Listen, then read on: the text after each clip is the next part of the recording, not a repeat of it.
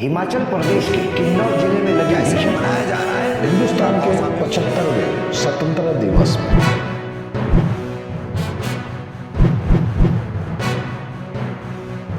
आज का महानगर में आपका स्वागत है। यूपी में देवरिया जिले के रुद्रपुर के तहसीलदार अभयराज पर एक महिला ने शादी का झांसा देकर यौन शोषण करने का आरोप लगाया है। पीड़िता का आरोप है कि तहसीलदार साहब पिछले 8 महीने से अपने सरकारी आवास पर किसी न किसी बहाने से उसे बुलाते थे और शादी करने की बात कहकर यौन शोषण करते थे।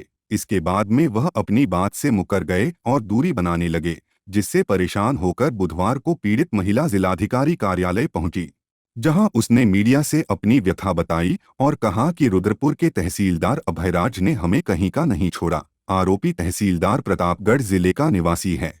पीड़िता का कहना है कि जब वह शादी करने की बात कहती तो वह न केवल टाल देते थे बल्कि बदनाम करने की धमकी दे रहे थे।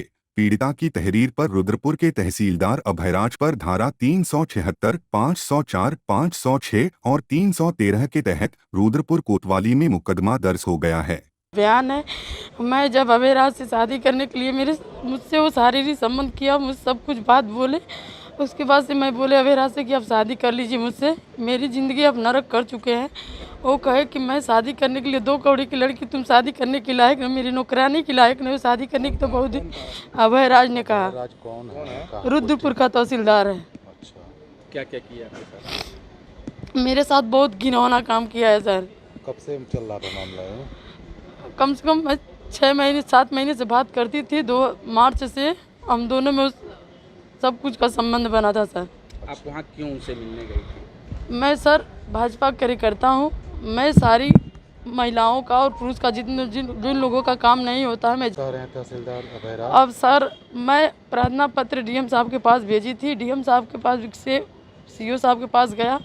सीओ साहब बोले कि आपको जांच पड़ताल करना था, तो मैं सर वहाँ कल बयान देने के लिए गई थी।